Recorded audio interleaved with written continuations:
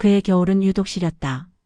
팔도강산 어디 하나 고드름 멀지 않은 곳이 없었으나 경상도 어느 골짜기에 자리 잡은 무릉골은 유독 그 추위가 뼈를 깎는 듯했다.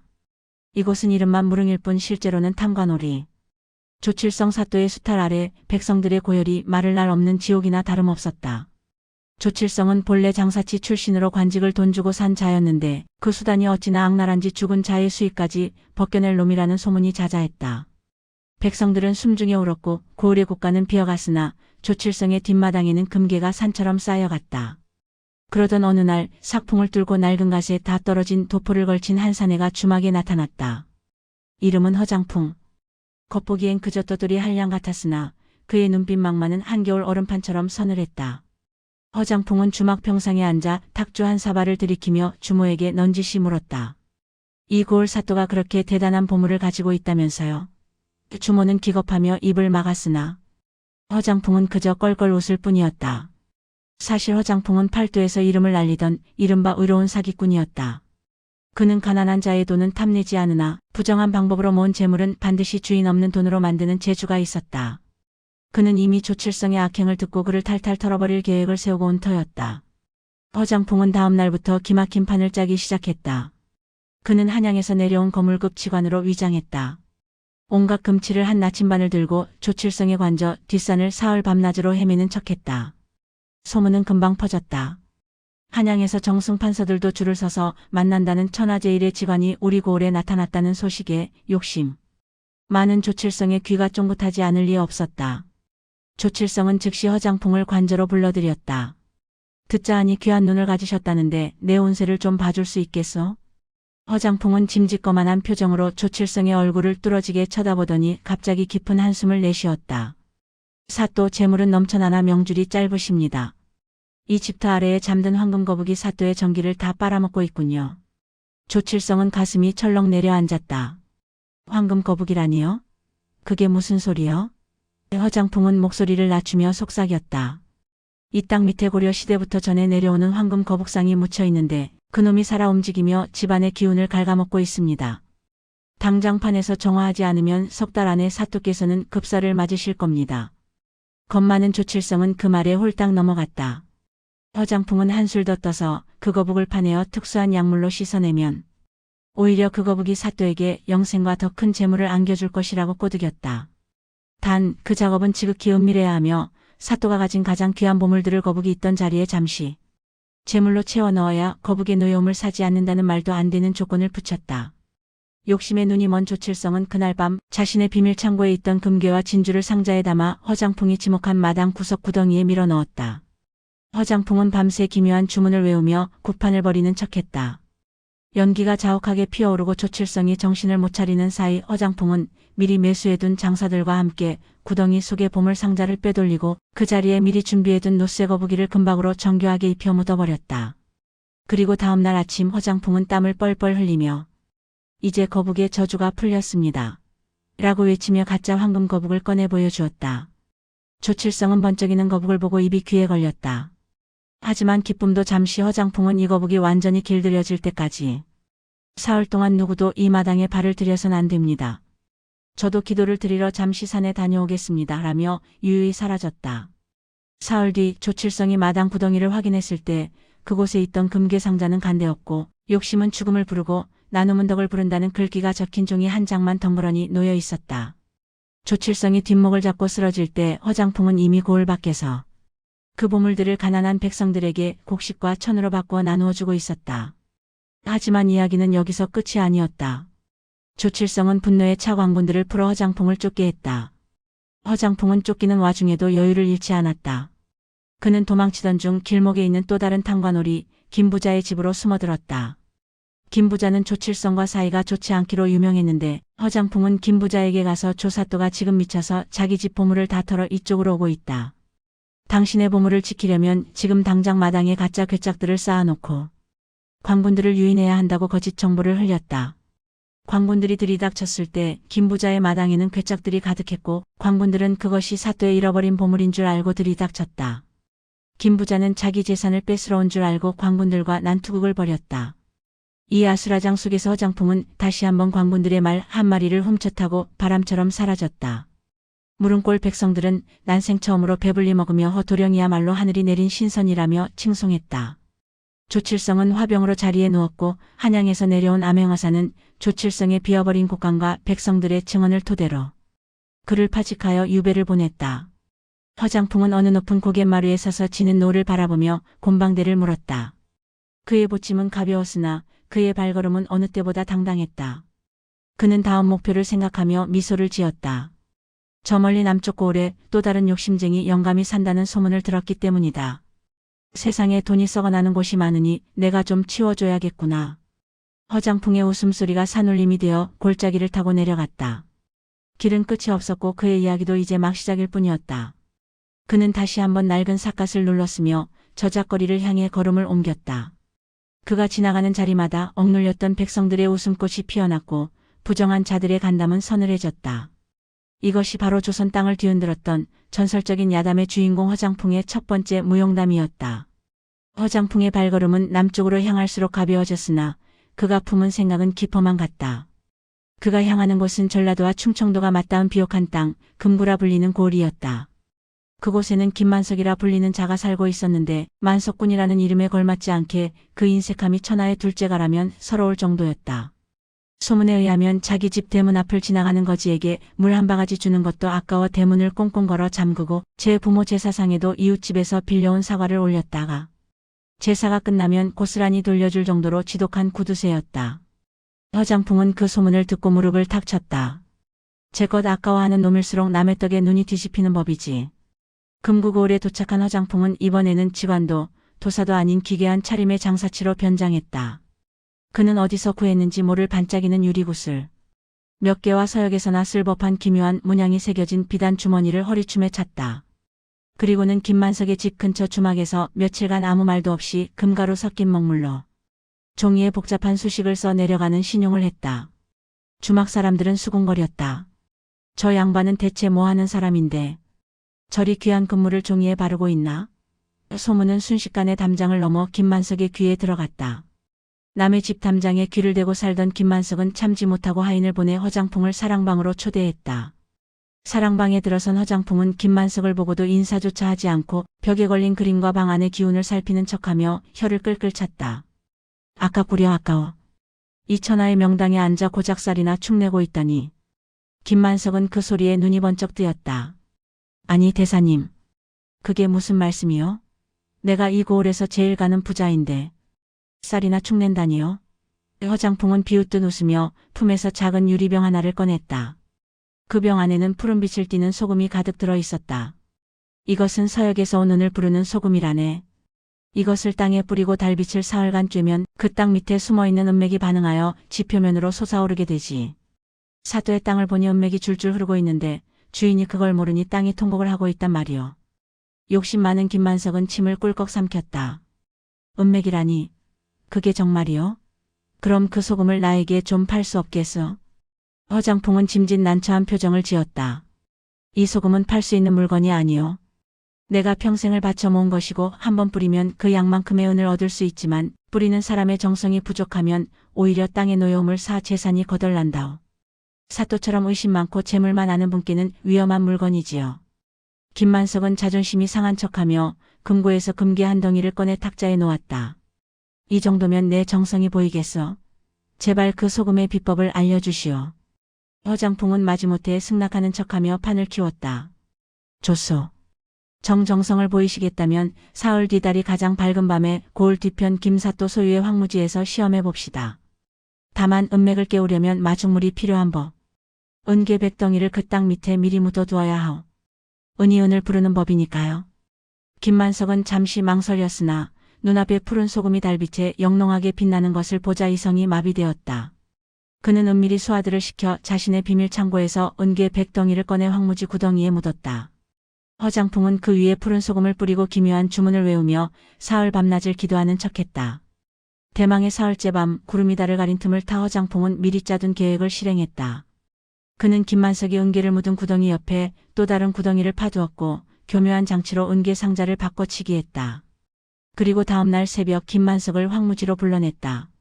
자 보시오. 은맥이 솟아올랐소.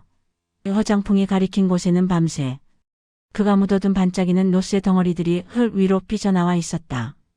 김만석은 그것이 진짜 은인 줄 알고 미친 듯이 흙을 파헤쳤다. 신봤다. 아니 은봤다.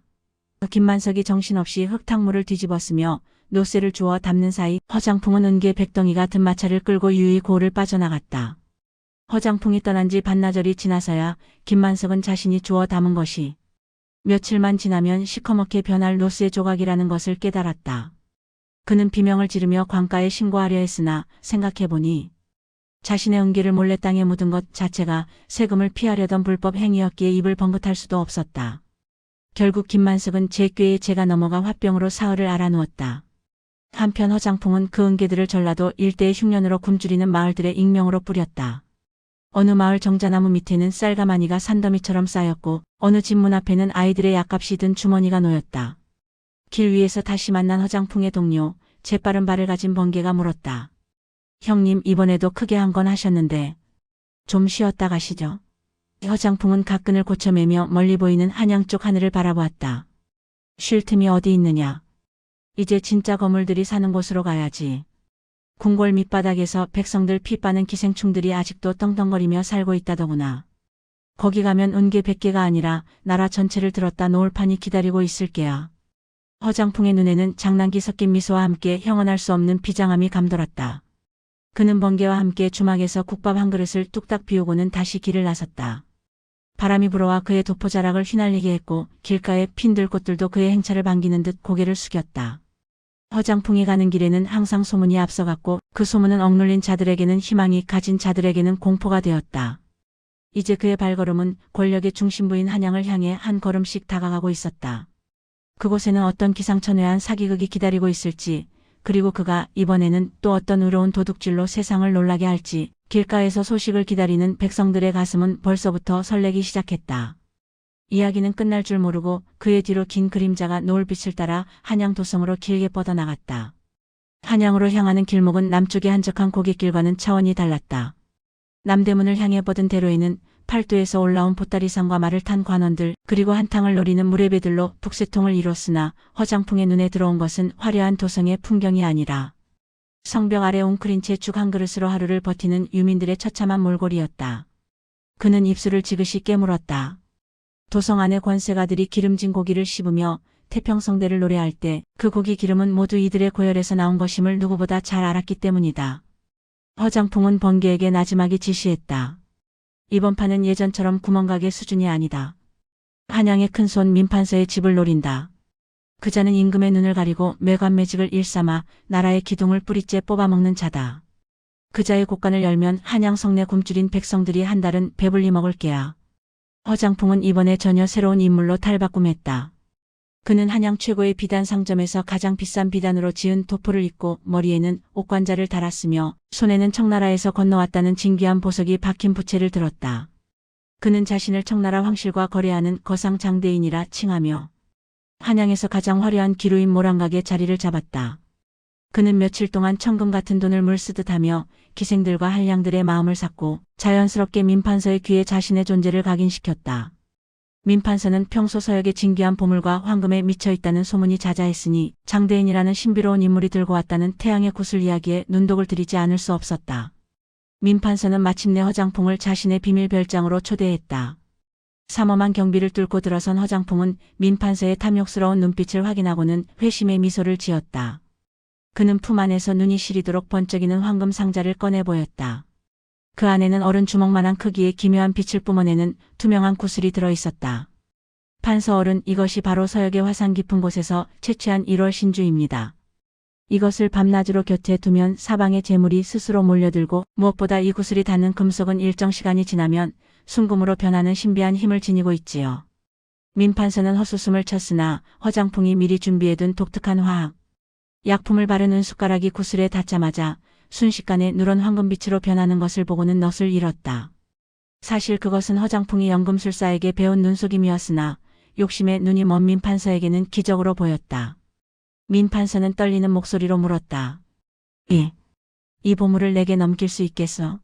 원하는 것은 무엇이든 주겠네. 허장풍은 짐짓거만한 표정으로 고개를 저었다. 이것은 돈으로 환산할 수 없는 물건입니다. 다만 제가 이번에 임금님께 진상할 청나라의 비기를 운송하는데 큰 배 수십 척이 필요한데 나라에 금고가 비어있어 고민이 많습니다. 만약 판서 어른께서 국가를 위해 은계만 덩이를 잠시 빌려주신다면 이 구슬을 담보로 맡기고 제가 청나라에 다녀오는 동안 어른께서 이 구슬을 마음껏 사용하셔도 좋습니다. 구슬이 머무는 사흘 밤낮 동안 어른의 지하 창고에 있는 모든 은이 금으로 변할 것입니다. 민판서는 계산기를 두드렸다. 은계만 덩이는 큰 돈이었으나 자신의 창고에 있는 수십만 양의 은이 모두 금으로 변한다면 그것은 비교도 할 수 없는 이득이었다. 그날 밤 민판서는 가솔들조차 모르게 은밀히 은계만 덩이를 마차에 실어 허장풍의 거처로 보냈고 대신 그 신비한 구슬을 받아 자신의 비밀 지하 창고 깊숙한 곳에 모셔두었다. 그는 구슬이 빛을 발하며 은을 금으로 바꾸기만을 기다리며 창고 문을 걸어 잠그고 밖에서 보초를 섰다. 하지만 그 시각 허장풍과 번개는 이미 성문을 빠져나와 미리 대기시켜둔 수십 대의 수레에 은계를 나눠 싣고 있었다. 허장풍은 은계의 절반을 한양 근처 산속에 숨겨둔 빈민 구제소로 보내고 나머지는 팔도의 보부상 조직을 통해 가난한 백성들에게 곡식을 나누어 줄 자금으로 분산시켰다. 사흘 뒤 약속한 시간이 되자 민판서는 벅찬 가슴을 안고 지하 창고문을 열었다.